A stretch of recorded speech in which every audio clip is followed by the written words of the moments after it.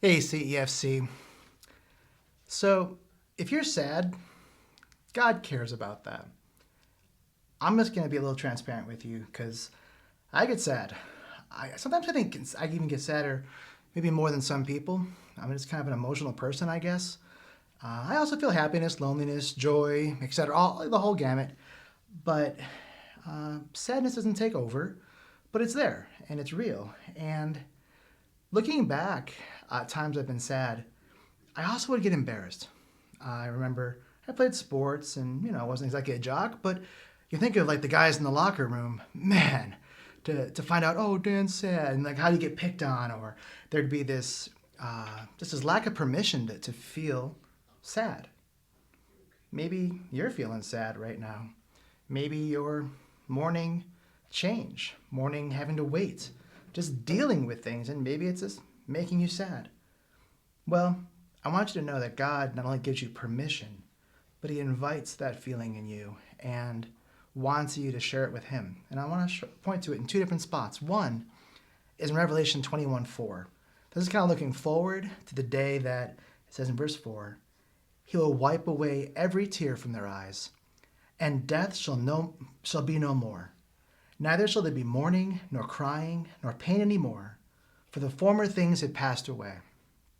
Now, you can respond to, oh, well, great, Pastor Dan. I mean, one day is going to wipe these tears away. And that's true. That's looking forward to something, and it's a promise, and it shows His heart for us, and it shows His attention to those things and His awareness of it. But there's a wonderful verse that also speaks of our tears that I want to point us to, and that's in Psalm 56, verse 8. It reads, You have kept count of my tossings. Put my tears in your bottle. Are they not in your book? So God is saving your tears.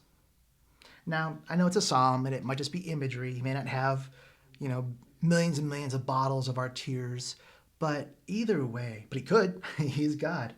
But I love what it communicates, that He's not just looking forward to the day He gets to wipe our tears away, but every single tear that you shed, every emotion that bubbles up, there's more than we can handle. He is there tending to each and every one, and He writes them down in His book. And think about that. God's memory is perfect. He doesn't need to write things down. But there's this picture of David being aware that he is so cherished that God is catching his tears and recording the events, and He's there to walk us through. So how do we apply this?